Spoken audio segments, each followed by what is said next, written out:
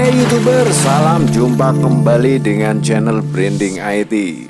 Videonya isinya daging semua bro.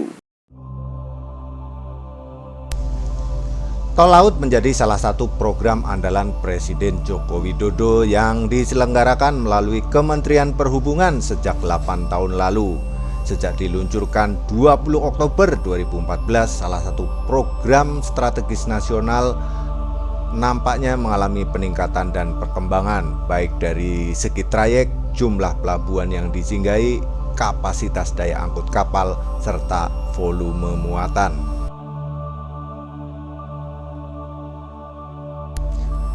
Proyek tol laut ini juga berimbas kepada penurunan harga barang antara 20 hingga 50%.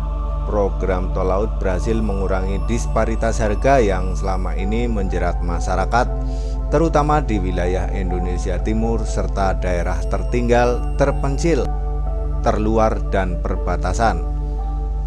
Berikut ini proyek tol laut terkait pembangunan pelabuhan yang juga dikebut akan diselesaikan tuntas pada tahun 2022 hingga 2024. Yang pertama adalah Pelabuhan Kawasan Ekonomi Khusus Maloe, Provinsi Kalimantan Timur. Kondisi terkini Februari 2022, proyek ini dinilai aman dan dapat diteruskan karena adanya 3 investor yang masuk. Pada tahun 2025, KEK Maloe ditargetkan dapat menarik investasi hingga 34,3 triliun dan meningkatkan produk domestik regional bruto mencapai 4,6 triliun per tahun. Yang kedua adalah Pelabuhan Sanur Nusa Ceningan Lembongan Provinsi Bali. Kementerian Perhubungan mulai membangun gedung terminal penumpang di Pelabuhan Sanur 23 Januari 2022. Konstruksi ini merupakan bagian dari proyek pembangunan Pelabuhan Sanur yang memakan anggaran 398 miliar dan ditarget selesai Mei 2022. Yang ketiga adalah Pelabuhan Likupang, Sulawesi Utara. Kondisi terkini Maret 2022, pembangunan akses keluar masuk kapal wisata dan nelayan di wilayah destinasi super prioritas ini tuntas tahun depan.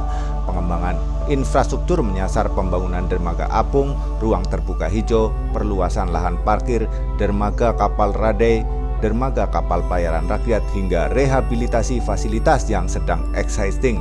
Proyek ini menyedot investasi pemerintah 50 miliar pada tahun 2020, cair Rp 10 miliar, dan di 2021 hingga 2022 Rp 40 miliar. Yang keempat, Makassar Newport, Sulawesi Selatan. Kabar terakhir Maret 2022 adalah 80% pembangunan telah selesai dengan kemampuan 2,6 juta teus dan diperkirakan selesai keseluruhan pada akhir tahun 2022. Saat ini sedang ditanam investasi sebesar 705 miliar untuk membangun jalan tol akses Makassar Newport sepanjang 3,2 km. Tol yang dibangun sebagai akses menuju Makassar Newport itu telah groundbreaking dengan kebutuhan lahan seluas 2,74 hektar. Yang kelima adalah Terminal Multipurpose Labuan Bajo, NTT. Pembangunan terminal multipurpose ini mulai dibangun Kemenhub pada Agustus 2020. Pelabuhan Labuan Bajo di pusat kota sebagai area pariwisata utama. Sedangkan pelabuhan bongkar muat dipindahkan ke Wae Kelambu dan kini dalam tahap finalisasi pembangunan.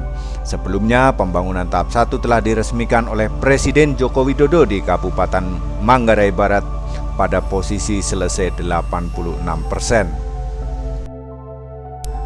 Yang keenam adalah Inland Waterway Cikarang Bekasi Laut atau CBL Provinsi DKI dan Jawa Barat.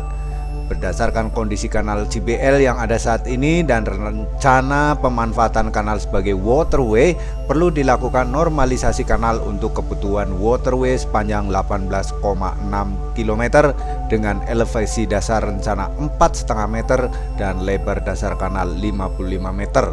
Kementerian PUPR telah mengalokasikan anggaran sekitar 100 miliar rupiah. Rencananya 50 miliar untuk kegiatan pembangunan bendung gerak dan 50 miliar untuk pengendalian banjir. Yang ketujuh, pembangunan Pelabuhan Patimban, Provinsi Jawa Barat. Mega proyek ini sebagian telah beroperasi dan telah soft opening sejak 20 Desember 2020. Namun mengingat proyek strategis nasional ini berjangka waktu hingga 2027 sejak 2019, maka tahun 2022 hingga tahun 2024 akan dilanjutkan, termasuk jalan tol akses Patimban. Pelabuhan ini diyakini mampu mendongkrak ekspor dan ekonomi Indonesia dengan kemampuan pelabuhan nantinya di kisaran 8 hingga 7 juta TEU per tahun. Yang kedelapan, pengembangan pelabuhan Terminal Kijing, Provinsi Kalimantan Barat. Pembangunan Terminal Kijing Peti Kemas tahap 1 seluas 1000 x 100 meter, lapangan operasional dan jalan penghubung sejauh 3,5 km. Kapasitas terminal cair mencapai 12,1 juta ton dan kapasitas curah kering 15 juta ton dan terminal serbaguna berkapasitas 1 juta ton. Pelabuhan Kijing menjadi gerbang utama ekspor dan impor barang dari dan ke Kalimantan. Kawasan ini dirancang untuk mempermudah berbisnis one-stop service bagi investor yang dilengkapi kawasan ekonomi khusus seluas 5.000 hektar dan akan dibangun secara bertahap.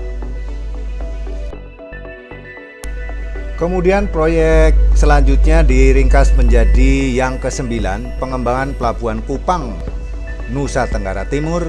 Yang ke-10, pengembangan Pelabuhan Sorong Existing dan antar Provinsi Papua Barat.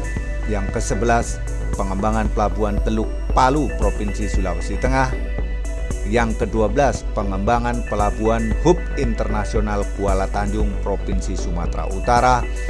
Yang ke-13, pengembangan Pelabuhan Hub Internasional Bitung, Provinsi Sulawesi Utara. Yang ke-14, pengembangan Pelabuhan Benoa Bali Maritime Tourism Hub, Provinsi Bali. Yang ke-15, pembangunan Pelabuhan Ambon Baru atau New Ambon, Provinsi Maluku. Dan ke-16, pembangunan Pelabuhan Palembang Baru, New Palembang di Tanjung Carat, Provinsi Sumatera Selatan.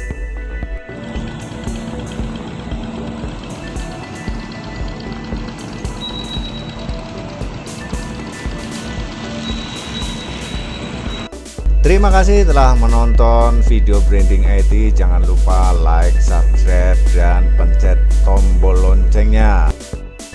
Semoga kita semua selalu dalam keadaan sehat, waras, bedigas, akas, selalu duit beras. Amin.